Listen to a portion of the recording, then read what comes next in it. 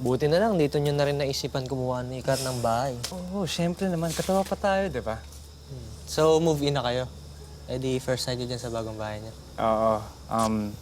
Actually, susunduin ko nga si Kat ngayon eh. Nag-OT na naman siya sa ospital. Nak, akala mo mag-asawa na eh, no? Wala bang balak magpaasal? Sa totoo lang, ngayong gabi, pagpasok namin sa bahay na yan, magpapropose na ako kay Kat. Gusto ko kasing magpakasal sa babaeng pumago sa buhay ko. Grabe, baka na pare. Thank you guys, thank you.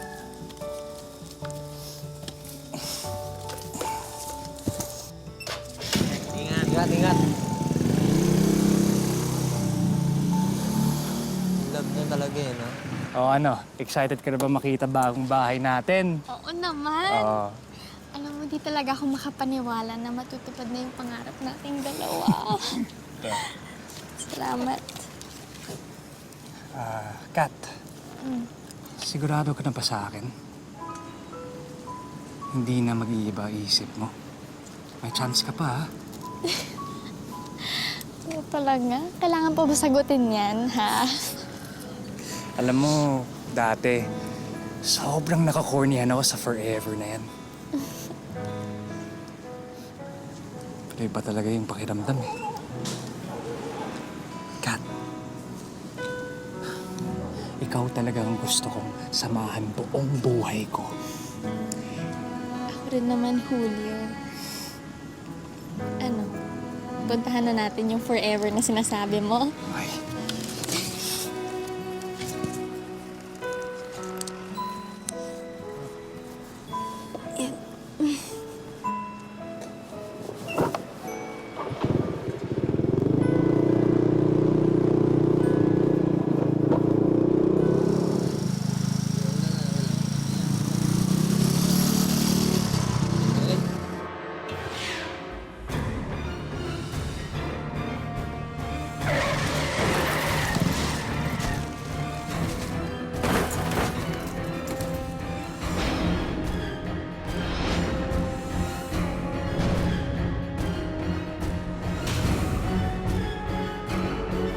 Lahat ng mga kalye at mga landas ng buhay ay may hangganan.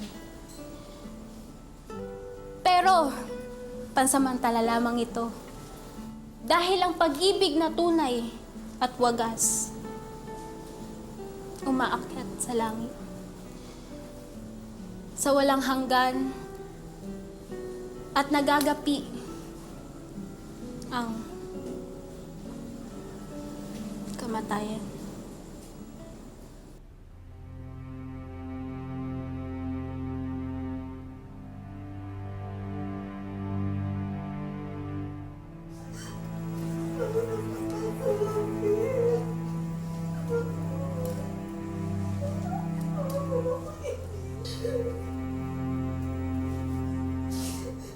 According dun sa investigation, pagbangga, tumilapon si Julio sa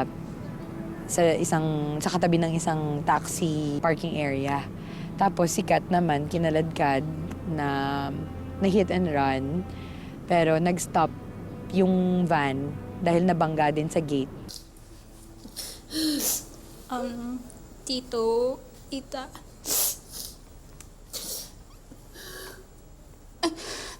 Alam po namin na tatlong gabi lang po na magkakasama po si Julio po, tsaka po si Kat dito po. Tapos po nun, magkakahiwalay na po sila ng libingan. May isa lang po kaming pakiusap po sana sa inyo, tsaka po sa pare.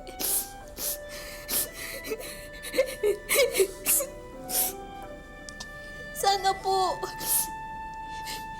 ipakasal niyo po si Kat po, tsaka po si Julio.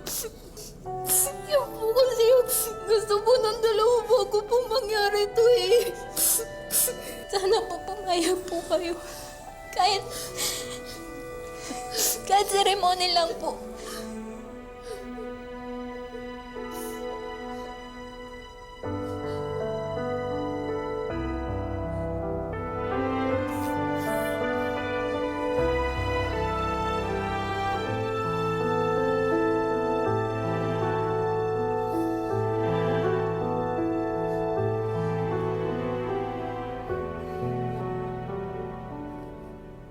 Nais ko pong ipabatid sa inyo na ito po ay hindi kasal. Ito ay espesyal na pagbabasbas para kay Katrina at kay Julio. Wagas ang kwento ng ating pag-ibig. Di mo akalain sa ganito aabutin. Wagas, kailanman ay di magbabago.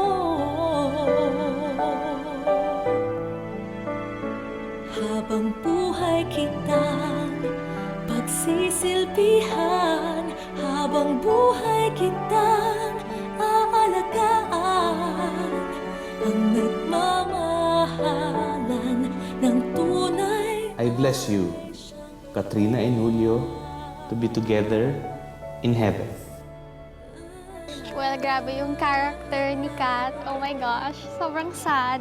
Pero at least magkasama na sila now sa heaven. And even before everything happened, parang nakita mo na naging mabuting tao si Julio. Yeah, eh. nag-change talaga siya. Before he ended it, he became the person he was supposed to be. And it was through Kat's help. So telling the story was really great. Yeah. Really great. Amazing story.